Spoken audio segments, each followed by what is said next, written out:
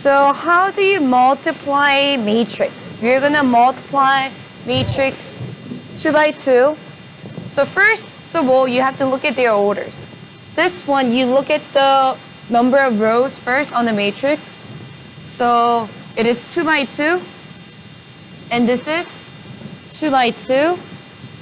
If these two match the number right next to, then you can multiply them. If these two are different, then you cannot multiply them. And your product of the matrix becomes the number of rows of the first matrix by the column of matrix of the second one. So this becomes 2 by 2 when you multiply it. And how do you multiply these? So if you multiply 2 by 2 by 2 by 2, it becomes 2 by 2. And the product of it will be 4, right? 2 by 2.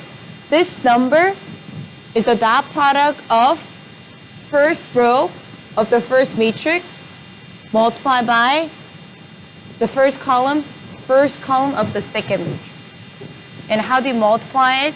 You multiply negative 9 times negative 1, 9 plus, like dot product on vectors.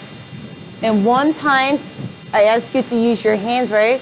So this goes like that. So it's 1 times 8. So it is plus 8. What about the product on the second row, first column? You multiply these 4 and add them. So negative 9 times 0, 0 plus 1 times 5, 5. What about this one right here? It's what? First row, second column, 1, 2. You multiply the second column by the first row. First row again, second column. So it's 2 times negative 1, negative 2 plus negative 3 times 8, negative 24. Okay, it's like a dot product.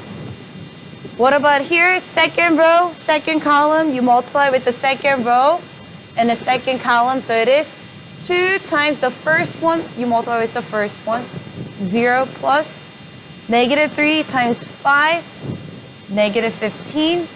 So what is your final product matrix? 9 plus 8, 17. Negative 2 plus negative 24, negative 26. 0 plus 5, 5, and negative 15.